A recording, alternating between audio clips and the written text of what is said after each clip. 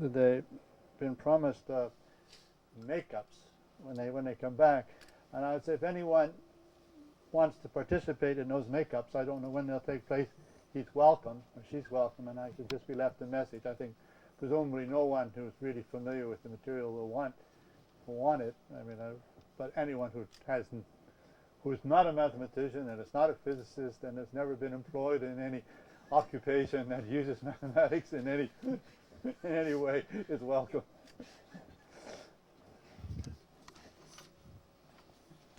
So, I think there are some engineers in the audience, for example.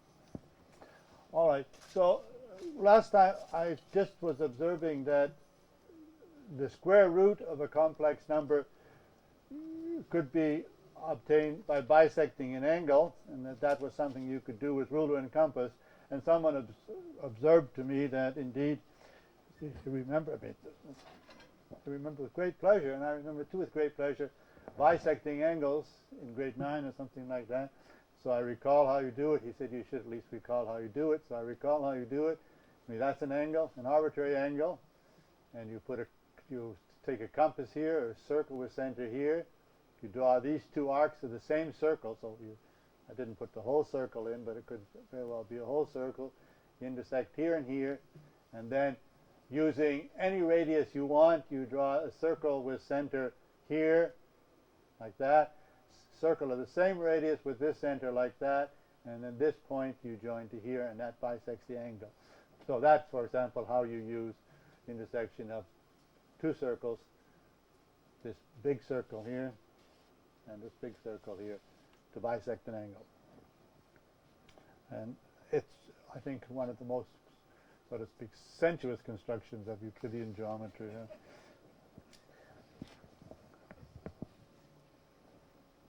It's bisecting an interval has same delights for a small child. All right, now we could do other roots of complex numbers if we wanted. For example, we could do cube root for the same reason. If I take this number, which is complex number again on the unit circle, which is all we need, if I cube it, well, I take cosine theta plus I sine theta times the square. And the square we observed last time was equal to the cosine of 2 theta plus I sine of 2 theta. But then we multiply this times this, and we observed that we had a formula that said to multiply this times this, we just add the relevant angles. So we add theta to 2 theta, and that gives 3 theta. So there's cosine theta plus 3 I sine 3 theta. Theta was arbitrary. That means 3 theta is arbitrary. So just looking at it in another way, and taking this 3 theta as principal, we write it as theta. This is secondary, write it as theta over 3. So this number is the cube of this number. So it says that is cube root of this number is that number. So let's apply it to calculate some cube roots of the simplest number available, which is 1. So let me apply it to theta is equal to 0. I'm going to apply this formula, or this one, which is the same. I'm sorry, I'm going to apply this one, excuse me. I'm going to take theta to be 0 or 2 pi over 3 or 4 pi over 3. But then 3 theta is either 0 or 2 pi, but going around all the way around 2 pi, get back to hit this point, which means that cosine and sine are just the same as cosine and sine of 0, so they're 1 and 0. So if I take theta to be 2 pi over 3, then this is cosine of 2 pi, which is 1, plus I sine of 2 pi, which is 0, so I just get 1 again. If I had taken theta equal to be 0, I'd have 1 plus I. That's the same thing. So I'm sorry, I'm not. Let me repeat. I apply this. On the right-hand side, I'm going to get cosine of 3 theta. And 3 theta is, in these three cases, 0 or 2 pi or 4 pi. And 2 pi and 4 pi just mean I go around here once and I get back where I started, or I go around twice and I get back where I started. That means I always end up with 1 plus 0 times I, which is 1.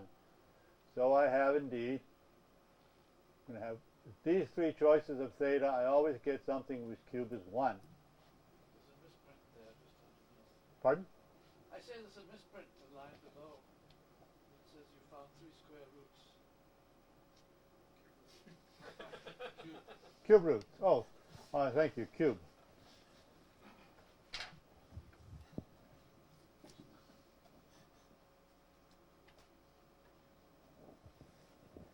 So we found 3 cube roots of 1. Now there are no more, but that's not. We'll see that in the course of time. The first is just 1. So we take theta equals 0. That's not so surprising. We just get 1.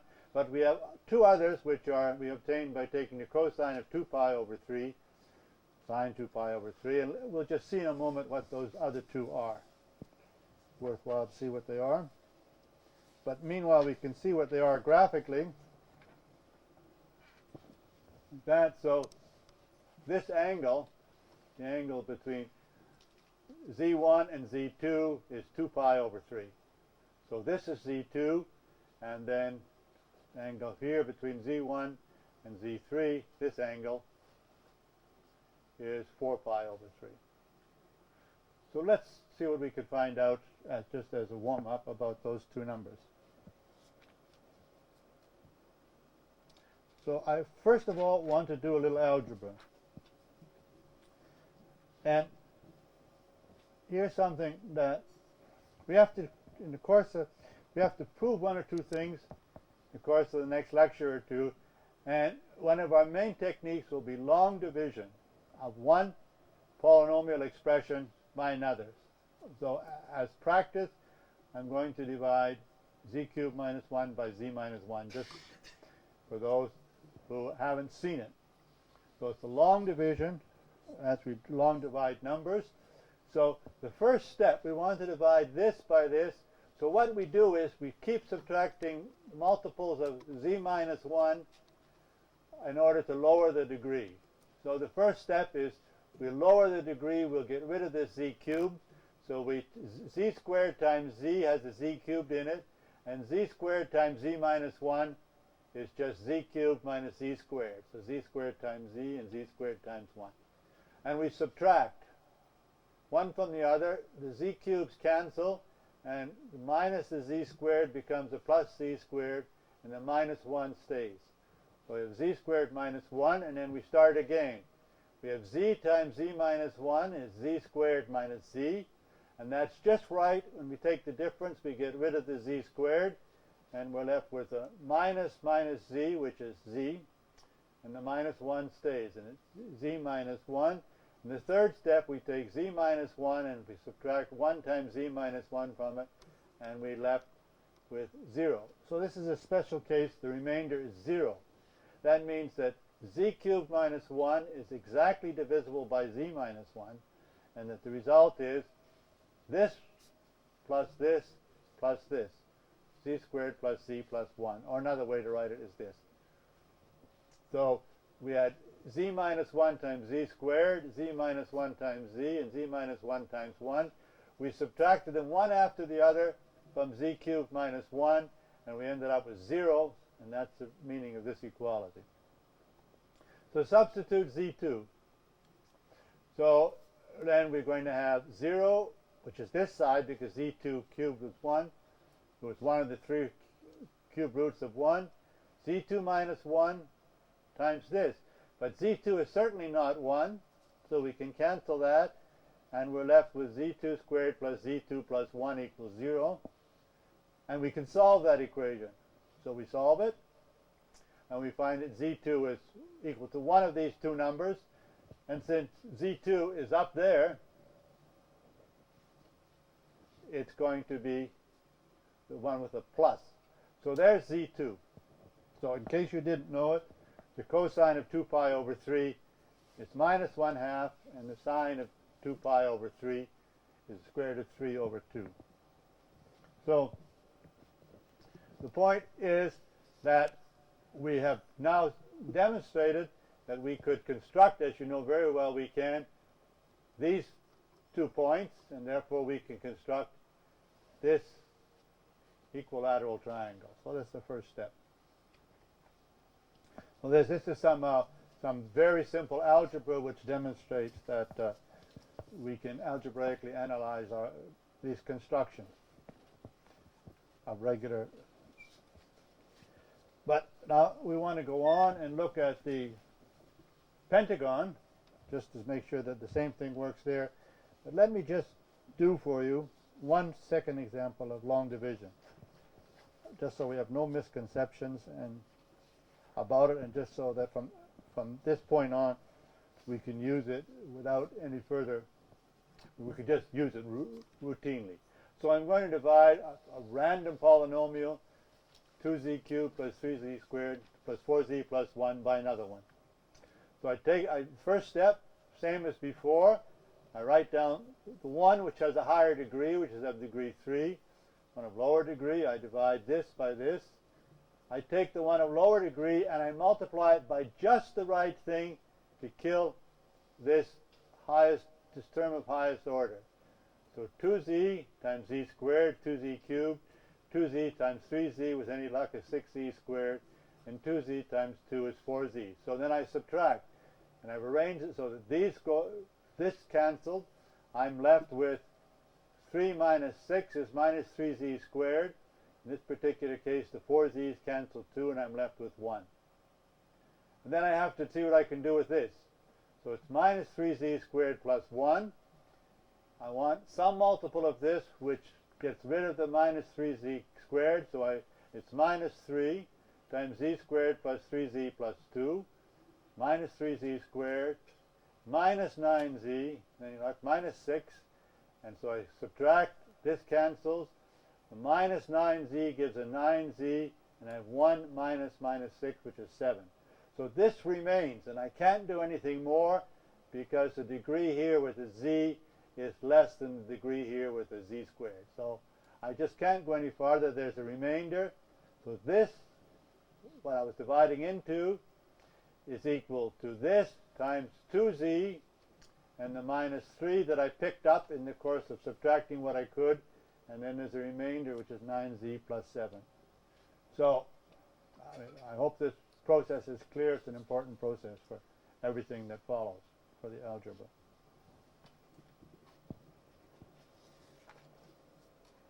All right. So now we can come, we'll be getting a little tired of the pentagon, but we need it for a while longer to have the, here it is. And see, the cube roots of unity, we could just look at fifth roots of unity in the same way, except instead of having 2 pi over 3 times something, we have 2 pi over 5 times something. And we get 5 points. This is k equals 0. We just get cosine of 0 plus I sine 0, which is 1. Then z1 with k equal 1, z2, z3, z4. We could go on to z5, but that would mean we'd have cosine of 2 pi plus I sine of 2 pi, which is 1, plus I times 0, which is 1. So here we are, and these are our fifth roots of unity, and if we can construct them geometrically or with a ruler and compass, then we can construct a regular pentagon.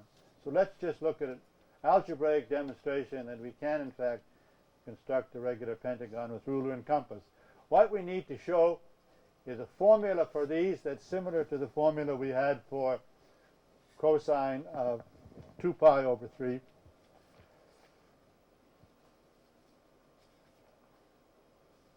I lost it.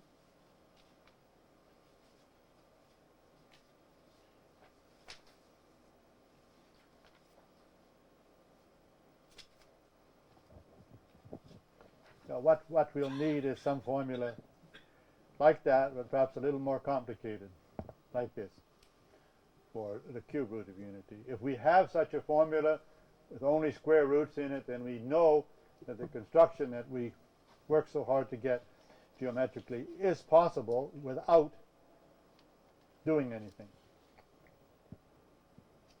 All right. So we come now to what is in fact,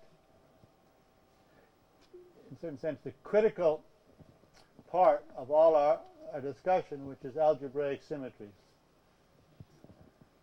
So it's going to be just a little slow, a little painstaking, but this is, so to speak, our introduction, our somewhat pedestrian introduction to what is ordinarily known as Galois theory, so we'd best be careful. We're going to see what this fourfold symmetry is, and it's more conceptual than anything we've had so far, so let's go through it slowly. The first thing we do is we factor z to the fifth minus 1 in the same way we factored z cubed minus 1. And it turns out, and you can easily verify this just by multiplying it out, that this is equal to z minus 1 times z fourth plus z cubed plus z squared plus z plus 1. Now, each of these numbers, the z0 is just 1. It's not so, we discard it and we look at the other 4. And each of those numbers satisfies zi to the fifth minus 1 is 0. None of those numbers is equal to 1, so it must make this part vanish. In other words, it satisfies that equation. So what we've done, in certain sense, is unnatural. We've destroyed the pentagonal symmetry, and we want now, because we've singled out one vertex and called it 1, and it's now different from the others, and we want to look at the others. We want to look for some symmetry among the remaining 4. Now, there's an obvious symmetry, one which interchanges z1 and z4 as well as z2 and z3. So it's a geometric symmetry, and it just reflects in this axis. So z1 is mirrored in z4, z4 is mirrored in z1, z2 is mirrored in z3, and z3 in z2. So in the terms of the numbers, we replace something like a plus bi with, where this is the y-coordinate, the second coordinate, by something which is at the same distance from the x-axis but in the opposite direction, so a minus bi. And the peculiar thing is that for complex numbers, this preserves multiplication. In other words, if we reflect this number, a plus bi, to get that, and we reflect this, we get that, so we could take the product before reflection, when we get that, and then we can reflect the product, in which we just multiply the coefficient of I by minus 1, get that, but taking the product, then reflecting, is the same as reflecting both terms and then taking the product. So this is, so if we like a picture,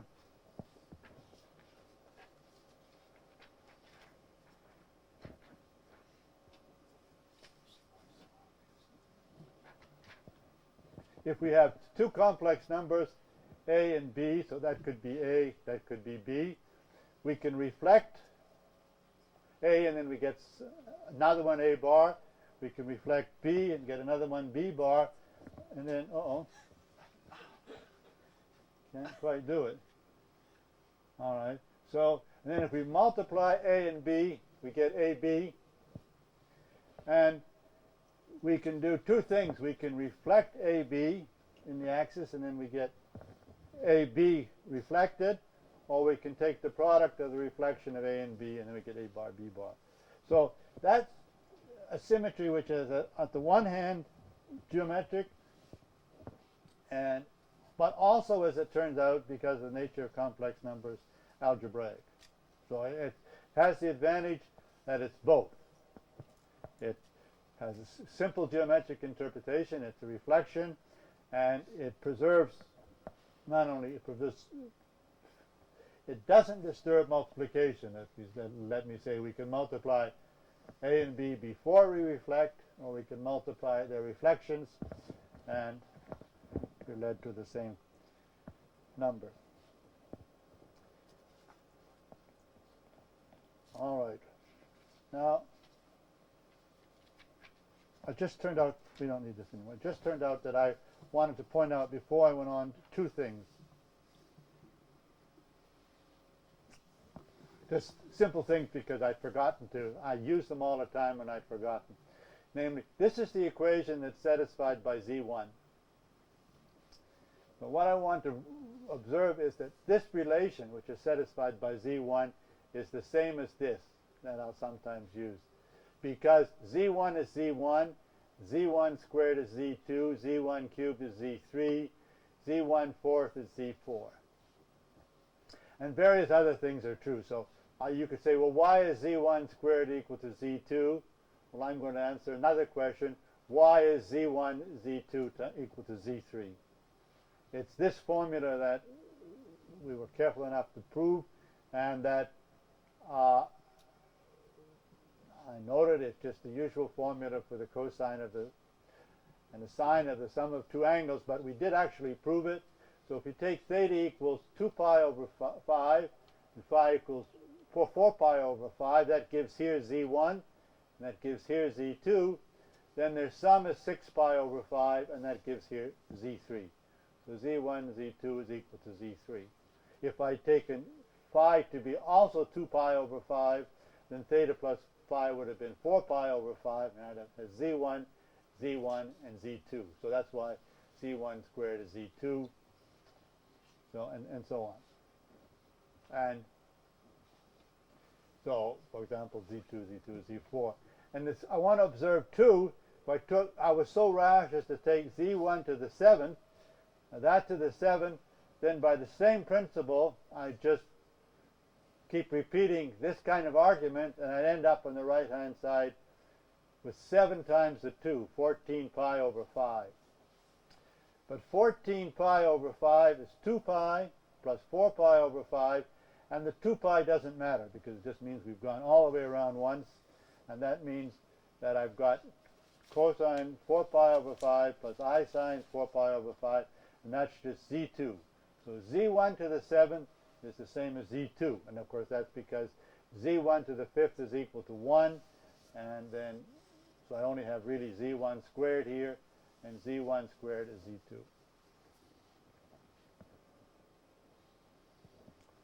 Whether or not you want to reflect on what I say here depends on you. It doesn't demand much reflection. All right. So those side remarks made. Let's continue. Let's continue with the study of this particular algebraic symmetry, which is the simplest one.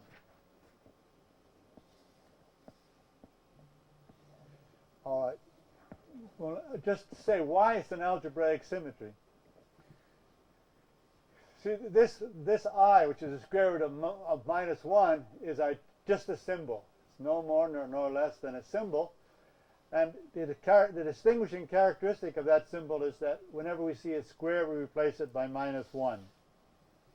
But minus I is also just a symbol. It's a symbol which is composed, but as a symbol, it has exactly the same significance as I, namely, whenever we see a square, we replace it by minus 1.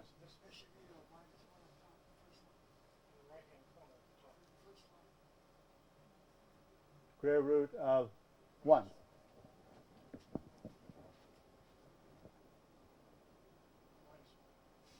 Minus 1.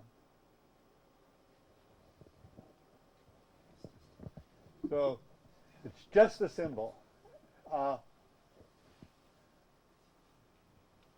I think one member of the audience pointed out to me last week that there was, he may have repeated himself, that there was a standard question at qualifying examinations, and that is, if you use minus I instead of I, what consequences does that have for the theory of functions? All right. So it's just a symbol, and minus I as a symbol has exactly the same properties. Now, the question is, are there other symmetries of this kind? Well, we could ask that question for all complex numbers, but that is not a question we want to get near. But we want to ask this question in particular about symmetries that just affect these 4 numbers. And I want to say, before we do, let's make use of the one symmetry that's available. So, see, what happens is, I just want to observe that that symmetry interchanges Z1 and Z4 and Z2 and Z3. That means that if I have a number like this, what it does to it is interchange Z1 and Z4 and Z2 and Z3, or if you like, it just interchanges the coefficients A and D and B and C. So it doesn't change the collection of these numbers. It just replaces one number in the collection by another. And these numbers we can add, that's clear, and we can multiply them because we have the product of two such numbers, then using the fact that Z1 times Z1 is Z2, Z1 times Z2 is Z3, and so on, that all Z1 times Z2 times Z2 is Z4, and so on. We have a product of these two things, then all the product Zi times Zj can be replaced by single terms, and then we get some sum of single things. So we have these numbers, and the numbers that are equal to their own reflections can be singled out. So these are the numbers in which A is equal to D, so, and B is they seem to be the numbers. We better be careful about that. And B is equal to C, because we don't know at the moment, for example, whether two numbers of this form that look different whether they might in fact be the same. But that aside, let's suppose they're all different, and then the numbers that aren't change when we replace Z1 and Z4 are the numbers to which the coefficient of Z1 and Z4 are the same.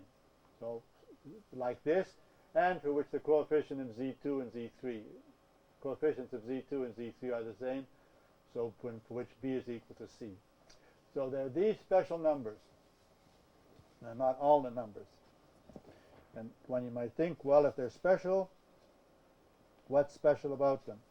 So what we have to see, and in a certain sense, this is an important stage on our journey, namely we're going to see the square root of 5 up here.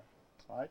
The square root of 5 was what was critical for the geometric construction of the regular pentagon. So in order to construct it, we're going to have to get a hold of the square root of 5. In order to construct it, we have to find these 4 points, Z1, Z2, Z3, and Z4. So let's see now where the square root of 5 shows up. And by the way, to say that since this symmetry is just reflection in the axis of abscissas, it just means that this number is an ordinary real number. That's what it means. It just means it lies on that axis. It doesn't change when we reflect in the axis. So there's W, the number Z1 plus Z4. It's equal to its own reflection. Let's try to find it. Its square is also equal to its own reflection.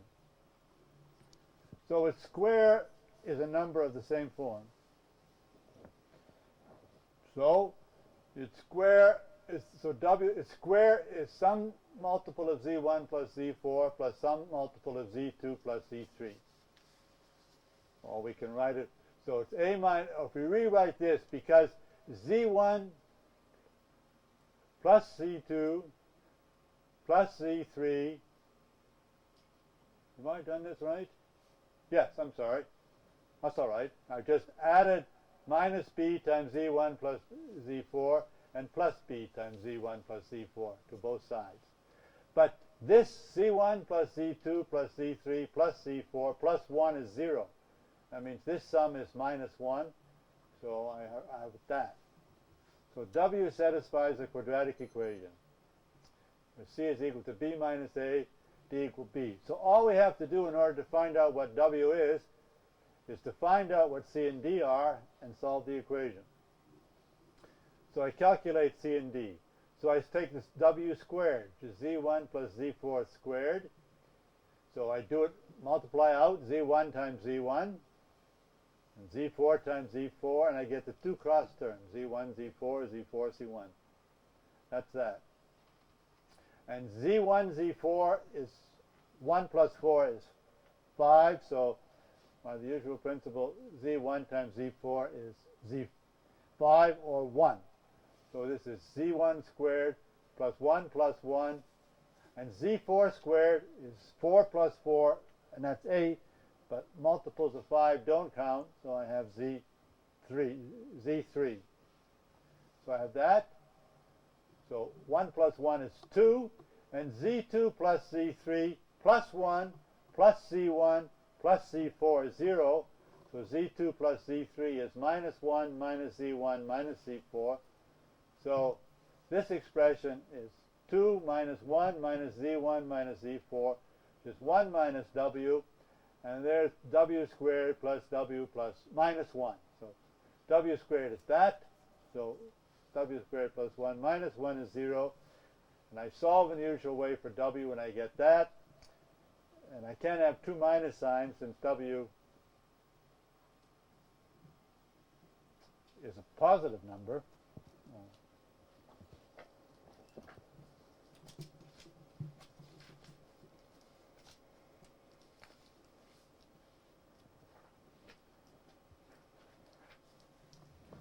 W is the sum of z1 and z4.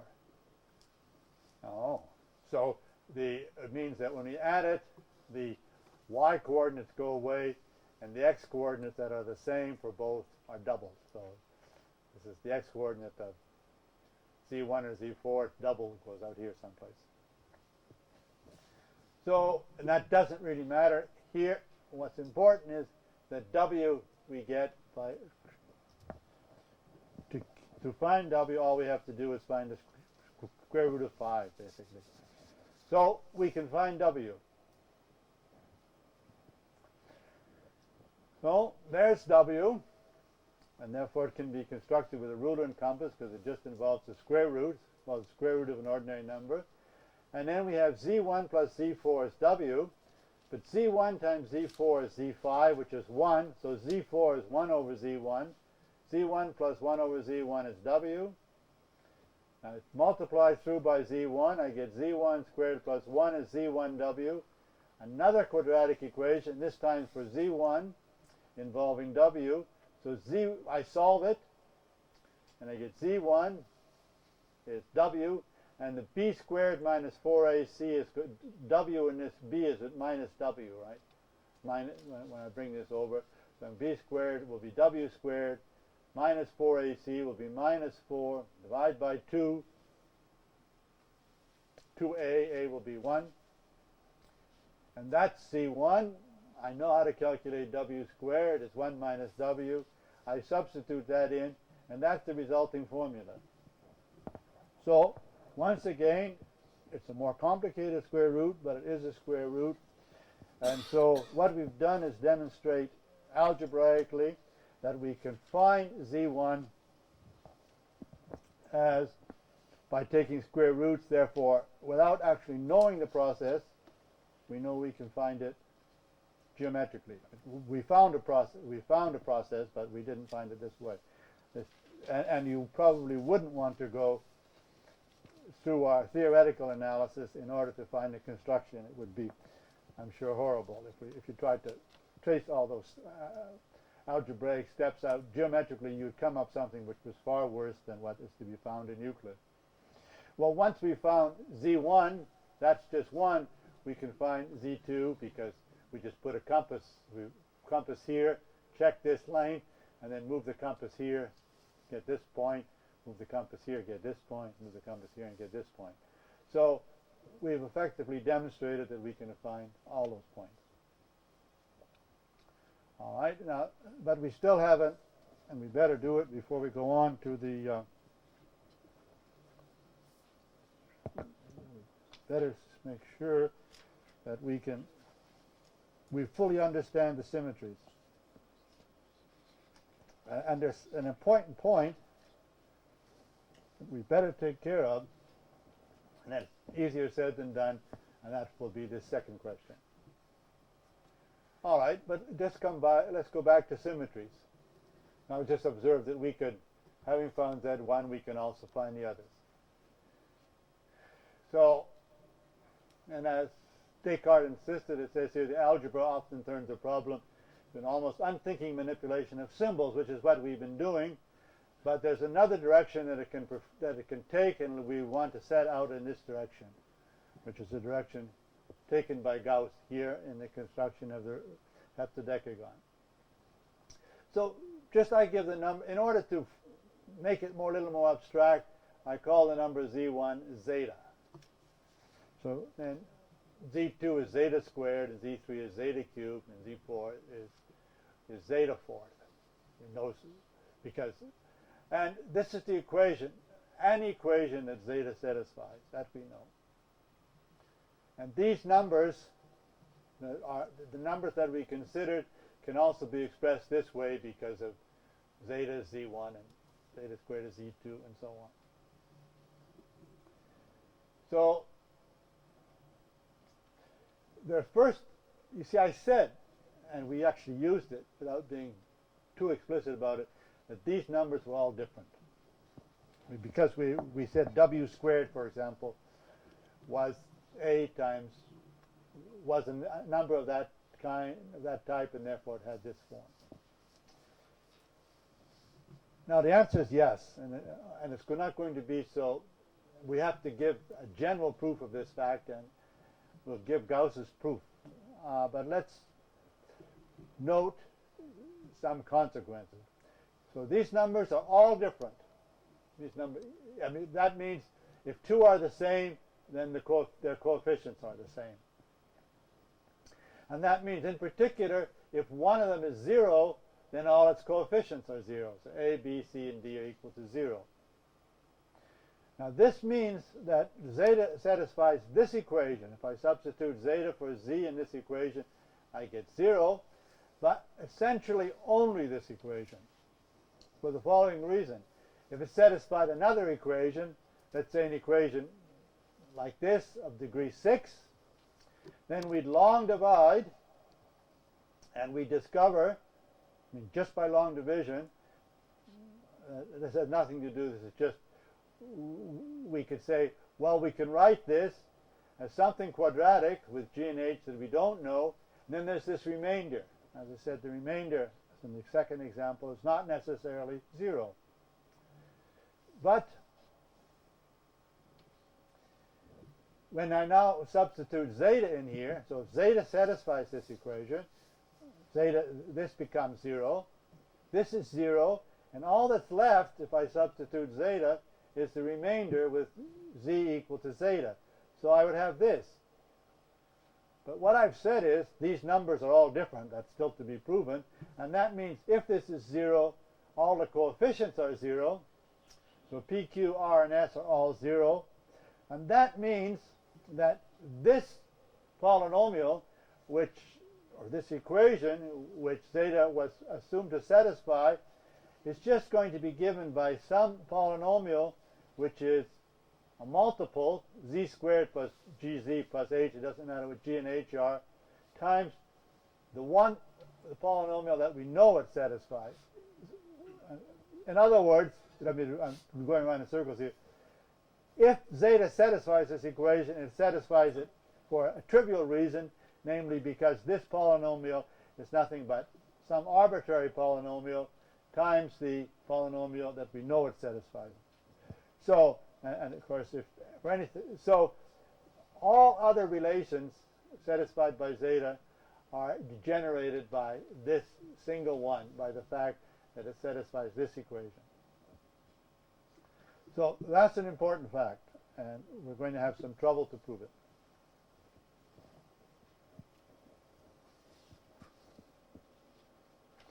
Okay, it means abstractly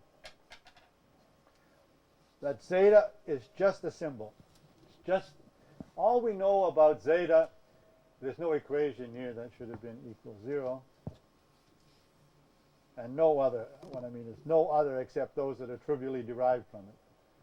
So abstractly, zeta is just some number that satisfies this equation. By the way, I should have said over here, when I say, it's always understood that A, B, C, and D are ordinary fractions. They're not, if I allowed A, B, C, and D to be anything, then obviously zeta satisfies the equation z minus zeta equals 0. But that's not allowed because I'm only thinking of these numbers as being ordinary fractions. So that's all we know about zeta. That's all that's true about, not only is it all we know, but it's the only statement we can make about zeta. And that means, but that was, so zeta was at the moment z1. But that particular statement is true for z2, z3, and z4, which means that from an algebraic point of view, the four numbers z1, z2, z3, and z4 are absolutely equivalent. All right, they're just, we can't tell them apart. So strictly algebraic purposes, we could take zeta, we think of zeta as z2.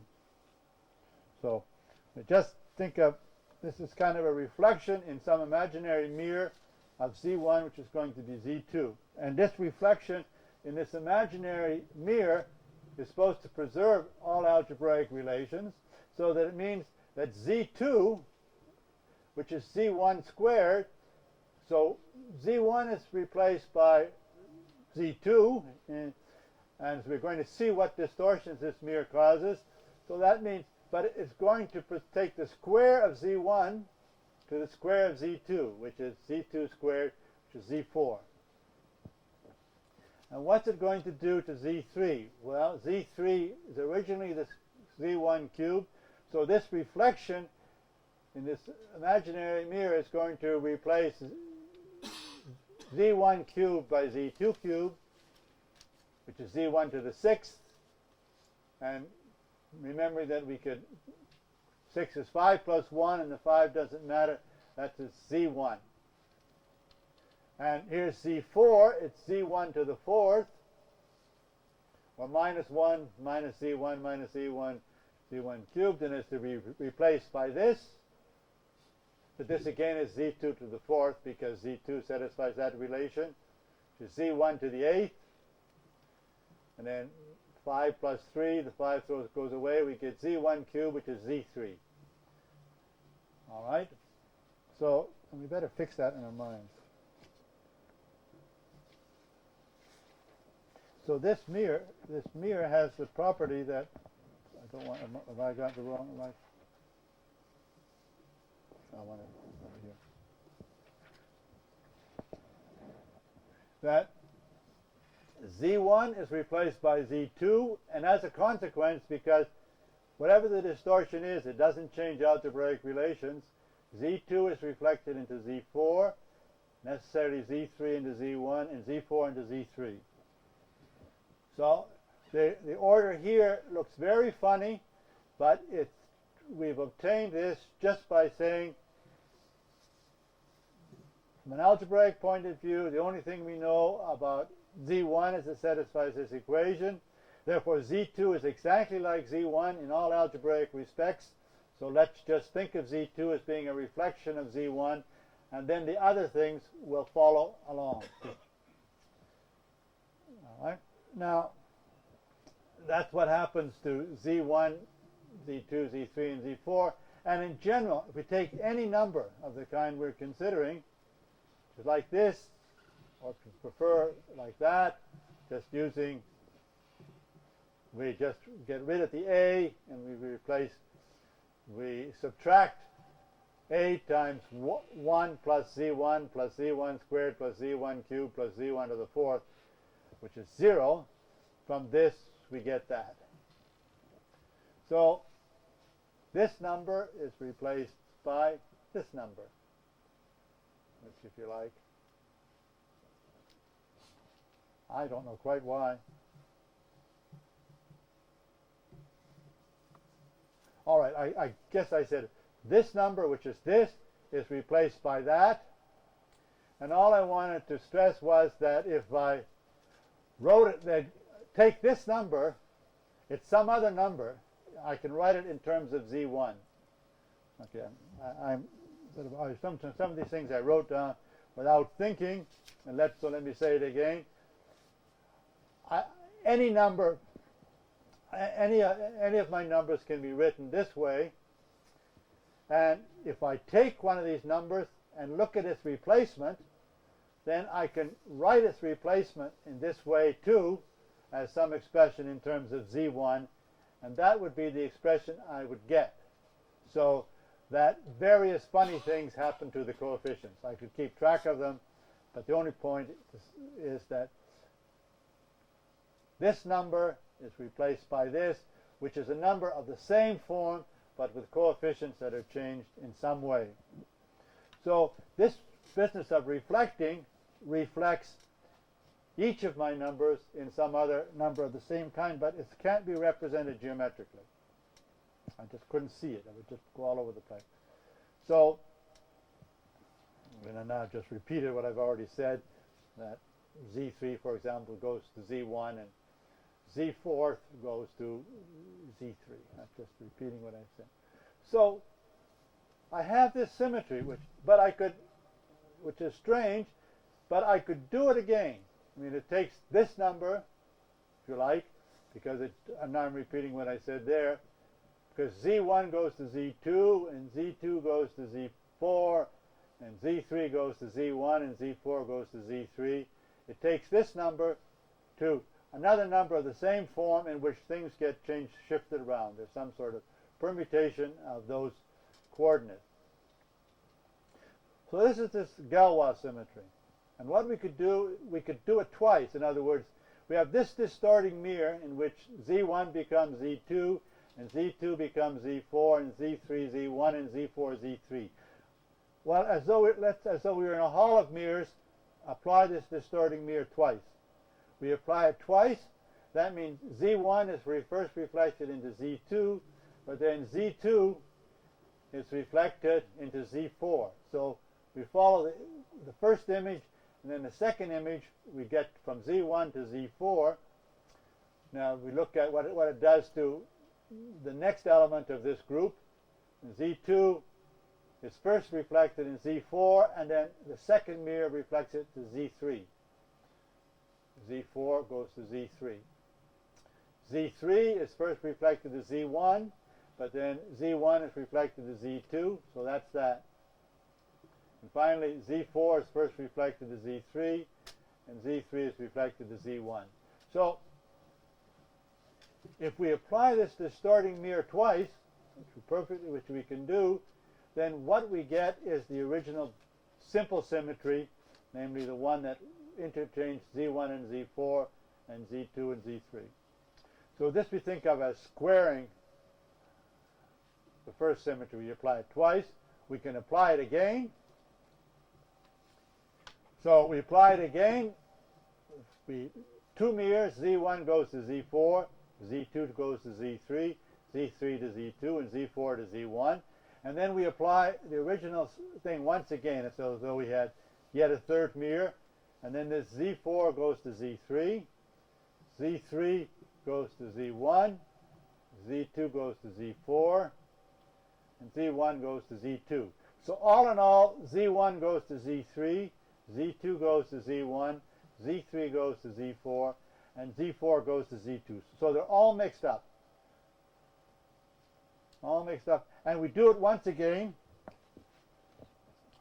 And if we do it once again, so if we have 4 of these mirrors, then z1 first goes to z3, and then the original mirror sends it back to z1. So what happens if you do it 4 times is that it stops. And this is hardly surprising since there are just 4.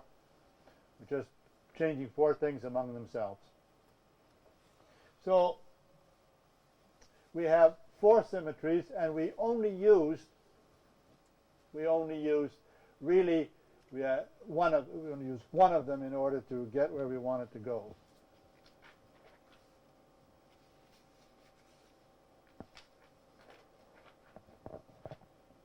All right, so this is just a comment that we are anticipating Galois, and we're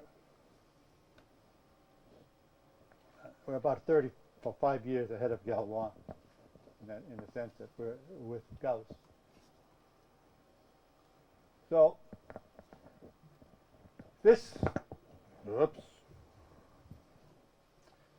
symmetry, the one that we said that takes this sequence to this sequence, and we call it sigma, can be we can think of it in two ways. Either it moves these numbers around, permutes them amongst themselves, these four numbers, or it takes any number of this kind to a similar number. But it preserves all algebraic relations between them. Oh, I'm back. What am I doing? I'm on to be over here. Excuse me, that is confusing.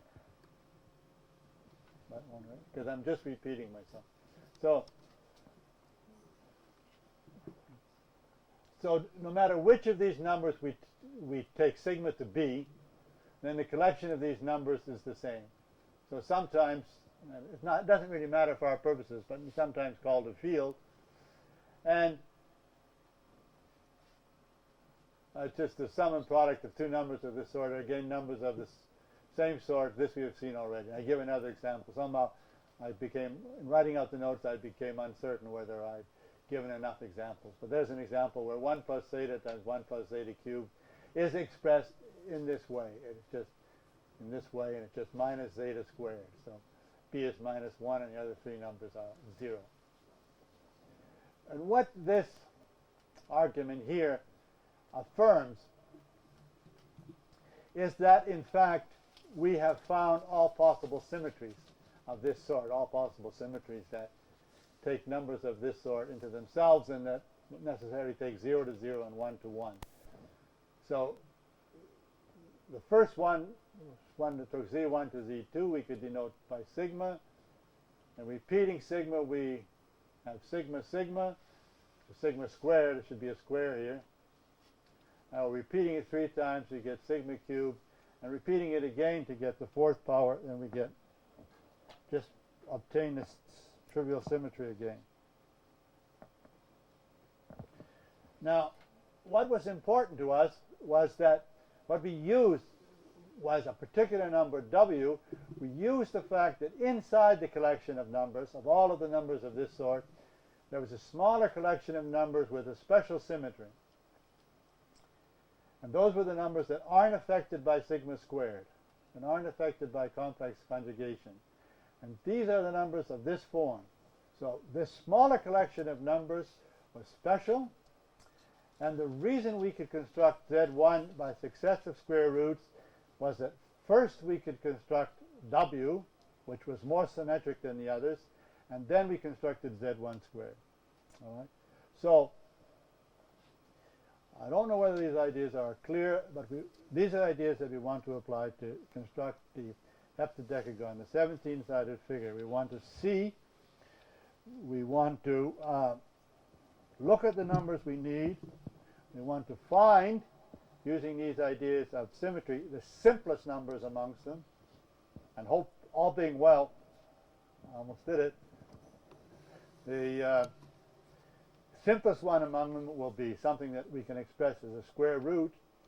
The next simplest will be something that we can express as a square root, and again a square root, and so on, until we get up to the one we're looking for. So that's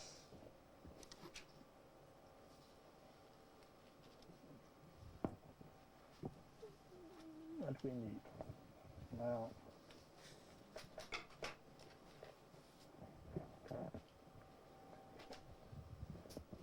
Now actually, if you look,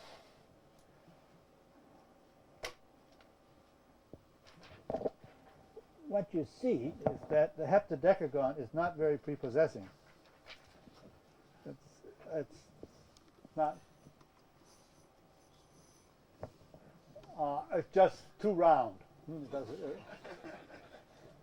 So it hardly seems worth the trouble. But we now know that what we need to do it are the 17th roots of unity. They look like this, where k is going to run now from 0 up to 16. So this is what we'll have to worry about. But before we do that, we have to, is that what we want to do here? Yes. We have to discuss the fact that those numbers expressed in terms of zeta, were all different. That's something critical. And first of all, just want to say something. So we're going to, at this point, we're passing on to Gauss. And I wanted to say this because of a question that I was asked. We're going to pass on to the disquisitiones now, to the arithmetical investigations, and there's a curious remark that we're not going to follow up, and Gauss didn't follow up himself, but it's at the very beginning of the 7th chapter, the last chapter of the arithmetical investigations, and it's a little affected, of course. It's written in Latin. I gave it in Latin. It's available in all sorts of translations, so that you can just look it up in any of those translations. But I just give it in Latin because what I've discovered, it's rather interesting, is that you really, if you start to talk about mathematics before 1850, you have, it turns out, to learn some Latin, as I'm now trying to do. I really regret that I didn't learn it between the ages of 6 and 13, but there's no possibility for that. So if you want to do it, I was just thinking about it, if you want to look with any seriousness at all at mathematics before 1850, you still need Latin. I was thinking about it. Before 1960 you still need German. Before 1980, you still need French. Before 1990, you need Russian. But now all you need is a good stomach. Okay, but what he observes, well, the reason I quote it is because because there is already a connection with the kind of mathematics that's pertinent to the solution of what is called the Shimura-Taniyama-Veii conjecture in respectable alphabetical order. And there's this remark. And what Gauss says is that the same kind of things apply to in other words, I have this integral here. How did integrals appear? The sine and the cosine with which we've been dealing arise, as many of you will know, not all of you, in integral calculus. And they arise when one puts in here, instead of x to the 4th, x squared. But what Gauss observes at the beginning of the arithmetical investigations is that something similar applies when you look at that integral, which is, I say, given the modern language, is related to elliptic curves, a special kind of elliptic curve. But he hopes to pursue and write another treatise on, he's not going to give it here because he hopes to write another treatise. He also says he's going to write a second part of the arithmetical investigations, neither of which, so far as I know, he did. But that is only to say that these things that have been so important to us now were, in a certain sense, anticipated already by Gauss when he was thinking about, at the tender age of 20 or 21, about the division of the circle, so the construction of the 17-sided regular polygon. But we have forgotten something important, and that we'll have to begin the next time with. You have to consider a proof by Gauss. We have something left to prove, and this we'll have to work at. We won't finish it today, but let's remind ourselves what it is. What we want to show is that Z1 is a root. Well, we know that it's the root of that equation. We want to show that it's the root of no other equation.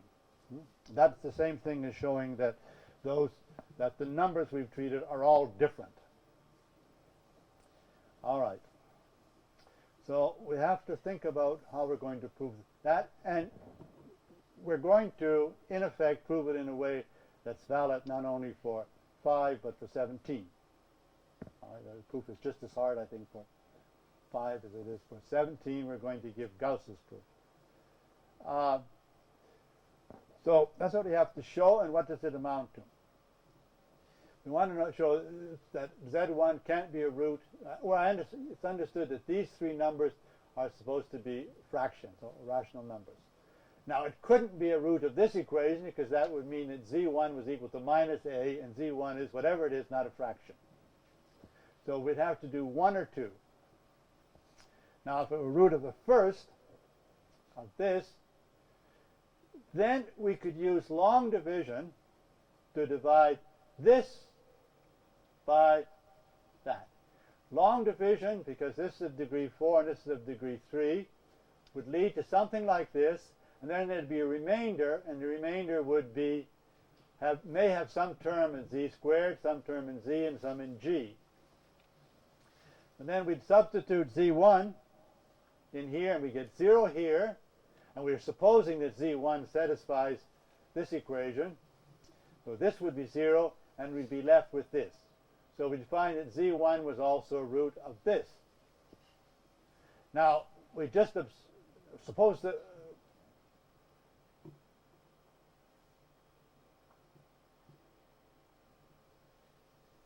all right. Now, suppose that one of these numbers is not 0. Then it certainly can't. So this is equal to 0. If e were equal to 0, we'd have an equation here which couldn't be satisfied because by z1, because, well, if f were 0, it would say g was equal to 0, and one of these numbers is not 0. If f is not equal to 0 and e is, then we divide by f, and we'd have an equation of this form. And we've just seen that that's not possible. So that means, so we said, if it were a root of this kind, then it satisfies this. Okay. Or it satisfies an equation of type 2. That's 2.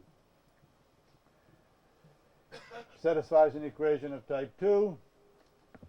Then we perform a long division once again to get something like this. And for the same reason, ez1 plus d cannot be 0 unless e is equal to d equals 0. That's because we couldn't have an equation of this type. So if it satisfies an equation of type 2, we have this relation. And if it satisfies an equation of type 1, we have that relation. What I would like to do now, I'll just take a couple more minutes, maybe I won't, is, no, I won't.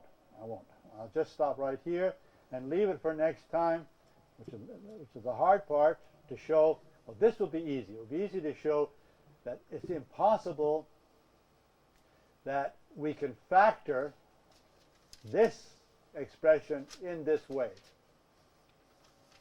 What will not be so easy to show, and that's where the work will be, is to show that it's impossible to factor this polynomial of degree 4 as a product of something of degree 2 and something else of degree 2. So that's where we need the work, and I guess we should, since it's now 5:30, stop here, and we'll come back to that next time. It'll take a certain amount of effort, and then we'll be able to go on to the heptadecagon. And with any luck, we'll get through it in what time is left, namely about 1 hour and a half. We have 2 full hours left. All right. So, but that's it for today. Thank you very much.